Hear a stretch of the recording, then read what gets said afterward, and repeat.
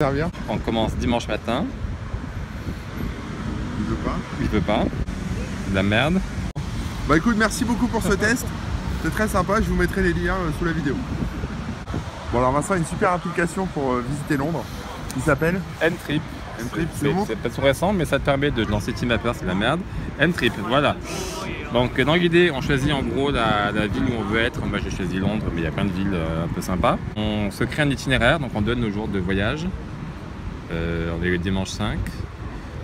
On va jusqu'au 5. Parce qu'on reste une seule journée. Et on lui dit générer automatiquement l'itinéraire selon mes préférences. On peut préciser l'hébergement où on est. Donc nous on est au Parc Plaza. Voilà, cet hôtel. Qui est sympa mais pas... Non mais il est sympa mais on n'a pas eu de bonne expérience là. Voilà.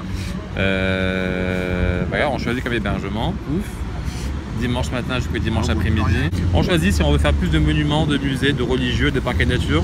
Nous on est un peu con donc on n'aime pas trop les musées par exemple. On aime bien les monuments. Voilà, on peut choisir un petit peu comme Corben est très croyant mais un peu plus de religieux. Voilà. Et on aime beaucoup les écureuils donc on met plein de parcs et nature. On peut choisir si on est des bourrins ou pas en termes de rythme de visite. On est des super bourrins. Voilà. C'est vrai. On est attaqué.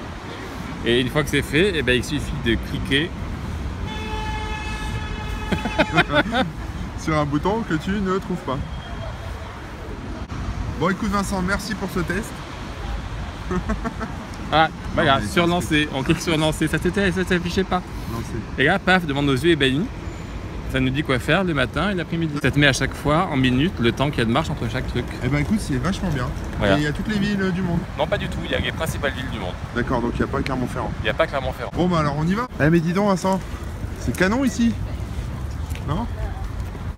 Et est-ce qu'il y a des Pikachu ici? Je viens d'en choper un. Donc ce musée, c'est un ancien hôpital. Et donc c'est un musée qui retrace tous les conflits du 20e siècle. Pardon. Donc à l'intérieur, il y a des vrais Spitfire, des vrais avions de guerre, des vraies bombes, des trucs de malade pour faire la guerre. Donc je sais pas, on va le voir ou pas? On rentre dedans? Ouais, bon on va essayer de rentrer. Et il y a une grosse... Et donc c'est un musée qui retrace tous les conflits du 20e siècle. Pardon. Donc à l'intérieur, il y a des vrais Spitfire, des vrais avions de guerre, des vraies bombes, des trucs de malade pour faire la guerre. Donc je sais pas, on va le voir ou pas? On rentre dedans? Ouais, bon on va essayer de rentrer. Et il y a une grosse partie sur l'Holocauste aussi, donc voilà, à voir. Est-ce que tu peux m'aider à porter ce truc là, pour qu'on le mette là-dedans? On a même un bout du mur de Berlin ici.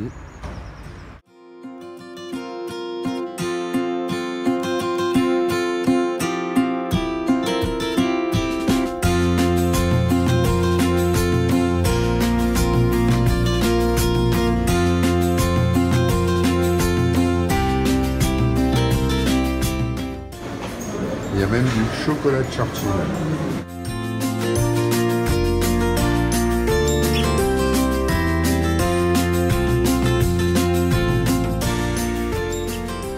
Bon ça y est, sorti du musée. Alors c'était plutôt pas mal, hein, très complet. C'était génial. C'était vraiment bien, ouais. Il y avait pas mal de choses à voir, y compris des gros trucs. Donc effectivement les Spitfire sont à l'intérieur. Effectivement il y a des tanks. Voilà, il y a toute une partie aussi sur l'Holocauste. L'Holocauste des Juifs en Allemagne. Et bon ça nous a un peu plombé l'ambiance, j'avoue. C'était assez trash, c'était interdit aux moins de 14 ans d'ailleurs.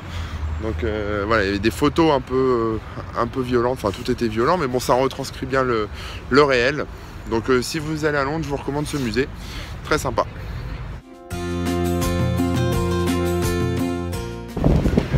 voilà, on aura eu du temps plutôt correct, mais là c'est terminé quoi. C'est la fin.